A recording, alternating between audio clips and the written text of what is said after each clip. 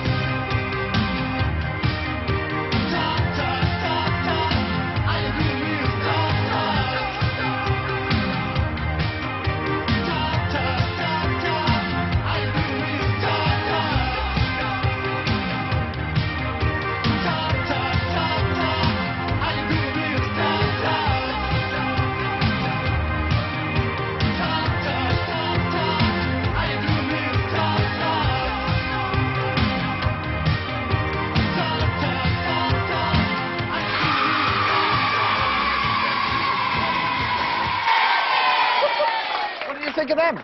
Brilliant. They're brilliant. Well, listen, Fantastic. Suzanne, thanks very much indeed for coming on to help us today. You're welcome. How did you get started as a gymnast?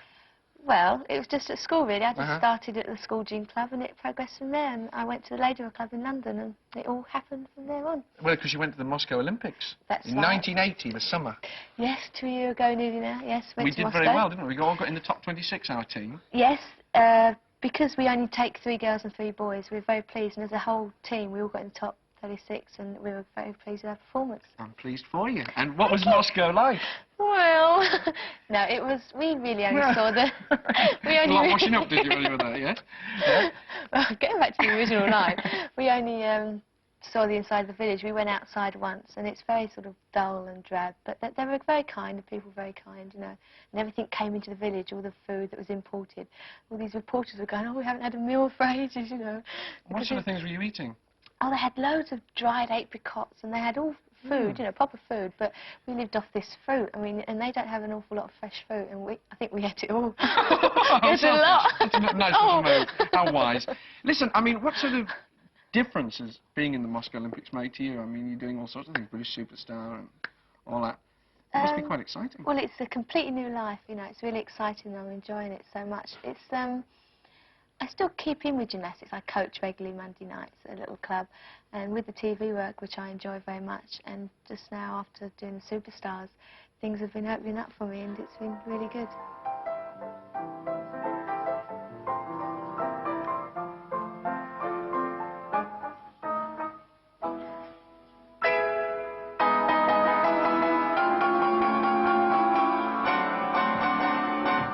Arabian walk out into a tuck back.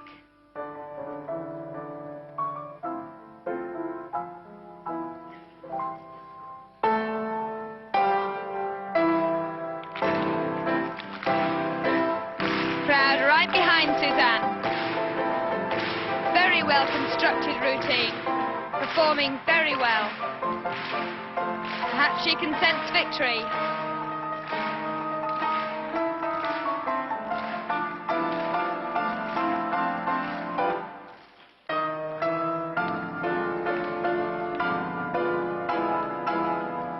Building up to a final tumble. Hollow back somersault. Excellent routine from Suzanne.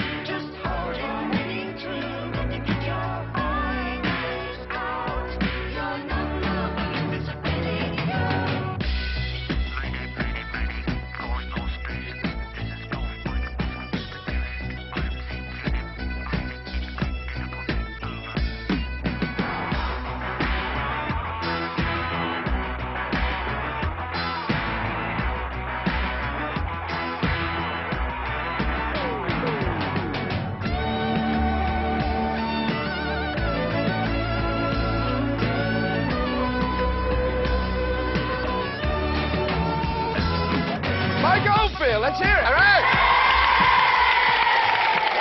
A little Tarquin. Listen, that's your new single, 5 Miles Out, and it's a bit of a funny song with all those weird things flying, that eye round his head. Yeah, What's all that about? What, the eye? Well, the eye, winking at you. It's all about flying, I know that. Yes. Well, the eye was, you know, I wanted to put into a picture what it looks like to feel very afraid. And the song's basically all about my bad experiences flying.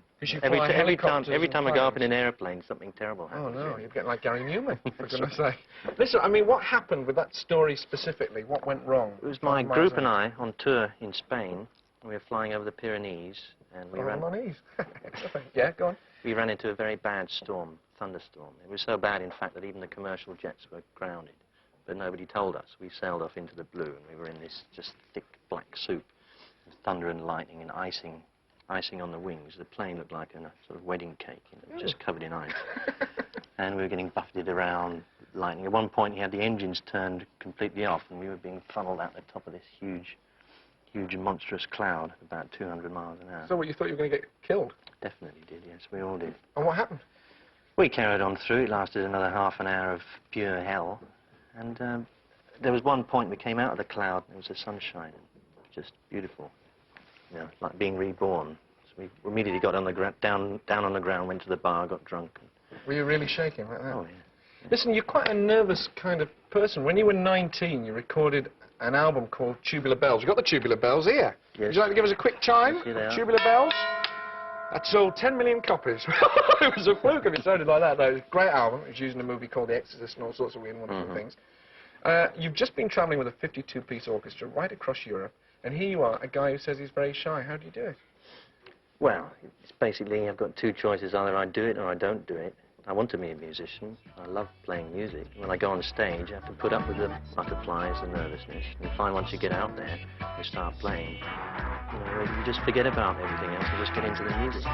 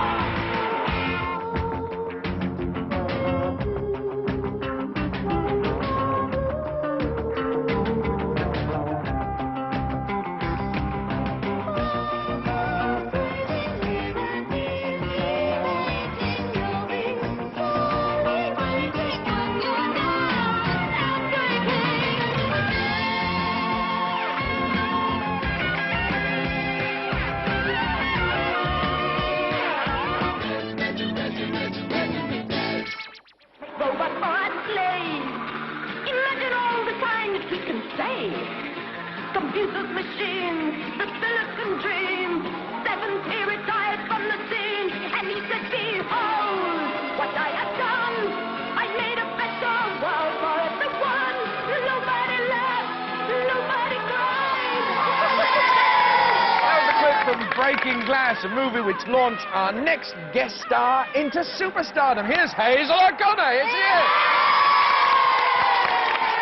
Hazel, how did you ever get a part in that movie? Accident, total accident. What happened? Working in a switchboard. Yes. Because I had no money. Record company didn't used to figure on giving me any money at the time. You were spotted by the producer? No, they just phoned up to talk about, because they had a list of singers and people that had been around the punk times in London. And Were you a punk?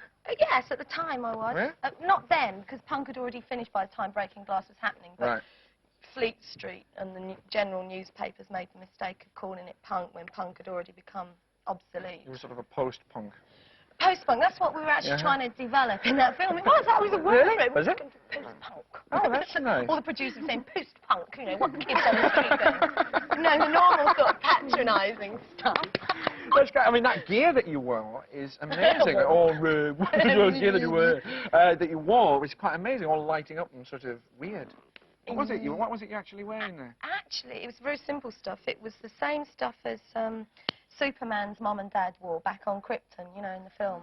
It's exactly the same stuff, so he knows. You know, do you? Yeah. And it's called 3M. And actually, it's just very thin material with lots and lots of little mirror bits in it. And when you have a camera shining on you, the camera light has to be very bright, and you don't have any other lights on at all, and then it just reflects straight on, like this. That's marvellous. It's like this, you know. Listen, what are you up Cosmic. to? What are you up to at the moment? Are you doing anything exciting? Apart from sitting here? Oh, well, it's here, isn't it? Yeah. I mean, are you recording your album and things? I will be soon. I've just done an album's worth of stuff with Martin Rushent for a TV series called Jangles that's probably going to be coming out in April now. Oh, hang on. That's a funny noise. What's that? I don't know. Was it me? Or was it over there? It's somebody over there. Oh, no. There's a heck of a thing.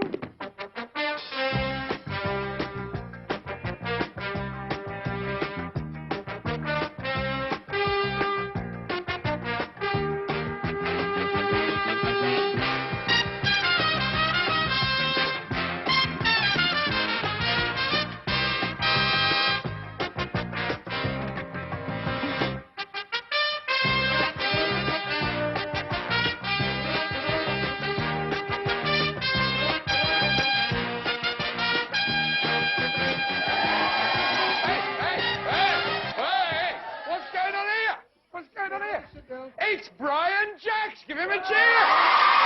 Hello. Brian, this is Hazel O'Connor. No relation to Des. Listen, how on earth did you start doing judo? Because you're judo champion, you've done all sorts, all around the world. Well, I started about 24, 25 years ago, and it was my dad, really. I mean, he's a taxi driver, and he was frightened of getting mugged. So he started judo so he could defend himself and keep fit, and that was it. And Hazel, sorry to ignore you, however briefly, but tell me, why do you do judo? How did you start? Oh, I just liked it. I thought it was good fun, and I also liked our teacher. He was very handsome at the time, yes. Nice big black belt. Listen, do you think she'd be a good judoka? Just to show that I know, really. Well, she's got the right hips for her, hasn't she? Got the hips? Sexy, I mean. It's going to be one of those shows. Listen, would you like to have a little demonstration for us? Yes, sure. Yeah, let's have a little go. What are you going to show us first? Well, I think we'll let Hazel show you, shall we? Yeah? Shall we show you a bit of self-defence so the girls can learn something? All right, yeah? that's a good idea. Right, I'm going to cuddle Hazel. This is a very strange thing. Right, all right. Well, you're not very good, are you? You're supposed to be a champion. What, are you going to show us another one? Do we have time for another one? Yeah, shall we show you a stomach throw? That's the one where you go right through the air in a big arc. Oh, heck, this is a funny thing. All right. Right, Hazel. Can you remember this one? Yeah. Right. Nice and slow. Don't hurt me, will it? Right, go. Hey! Well, listen, come over here. I must say, it all looks terribly easy to me. I think I might give you a little throw. Oh, no. Yeah, right, would you I'm ready for you then. No, I think I might give Hazel. That's a good you, idea. You hold the mic. Right. All right, Hazel. All right, now I think Al's going to throw Hazel here now. And it looks a bit unfair because Al's a bit bigger than Hazel. What? Hazel's got her! He's got her! My goodness!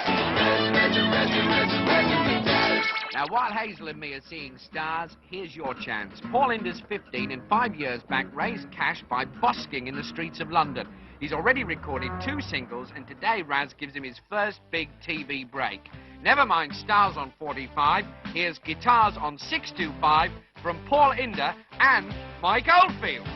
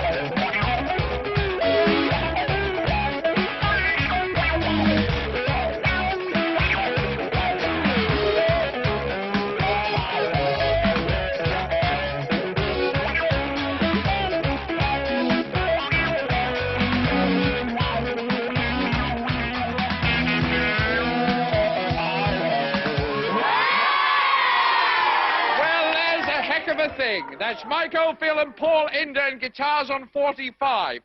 And don't forget, don't try out your judo unless you're supervised by an adult. I mean, if I know you beat Suzanne, you're supposed to be looking after me. I think this knock on the head standing in the world is good. Well, I hope so. All my family think I'm mad. Oh, that's terrible. Why do you think you're mad anyway? Because I like sausages. There's nothing wrong with that. I love sausages. Really? Oh, you must come round and see my collection. I've got about 180 on one page. Well, A sheet of Saveloys. I have.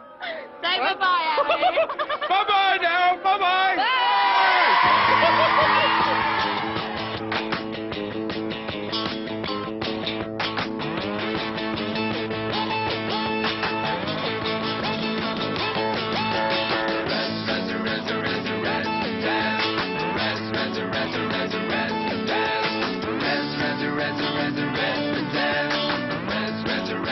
Razzmatazz.